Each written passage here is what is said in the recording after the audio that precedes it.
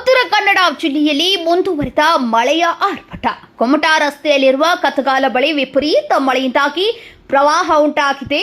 ಉಕ್ಕಿ ಹರಿಯುತ್ತಿರುವ ಅಘನಾಶಿನಿ ಮತ್ತು ಸಿರಸಿ ನದಿಯಿಂದ ಕುಮಟಾ ರಸ್ತೆ ಸ್ಥಗಿತಗೊಂಡಿದೆ. ನೀರು ರಸ್ತೆಗೆ ಬಂದಿದ್ದರಿಂದ ವಾಹನ ಸಂಚಾರ ಸ್ಥಗಿತವಾಗಿದ್ದು, ಬೆಳಗ್ಗೆಯಿಂದಲೇ ಸ್ಥಗಿತಗೊಂಡ ವಾಹನ ಸಂಚಾರ. ಮಧ್ಯಾಹ್ನವಾದರೂ ನೀರು ಇಳಿಯುವ ಸಾಧ್ಯತೆ ತೀರಾ ಕಡಿಮೆ. ಮರಳಿ ಬರುತ್ತಿರುವ ವಾಹನ ಸವಾರರು. ಘಟ್ಟದ ಮೇಲೆ ಮತ್ತು ಕೆಳಗಿನ ಊರುಗಳಿಗೆ ಕೊಂಡಿಯಾಗಿರುವ ಕತಗಾಲ ರಸ್ತೆ ಜಲಾಮಯ.